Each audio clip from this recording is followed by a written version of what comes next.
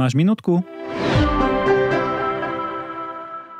Čo hovoríš na posledného uchádzača z minulého týždňa, ktorý sa k nám hlásil na pozíciu bezpečnostného technika? Tak úprimne mňa zarazil jeho pohľad alebo opis praxe, ako vykonáva tú svoju činnosť, že v podstate kopírujem CTRL dokumentáciu k zákazníkovi, veď to je ľahké, alebo preškolím to tak za 20 minút popri káve. Ako pri opise tých jeho skúseností, priznám sa, musel som si veľmi hrísť do jazyka.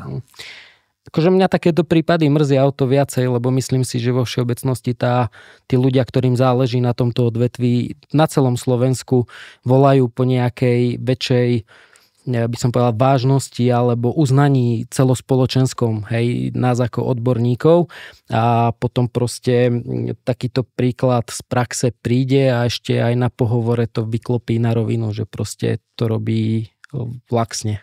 On vlastne opísal, ako to fláka tú svoju profesiu, a mne to tak príde, že sami si pílime konár pod sebou. Takýmto správaním určite áno.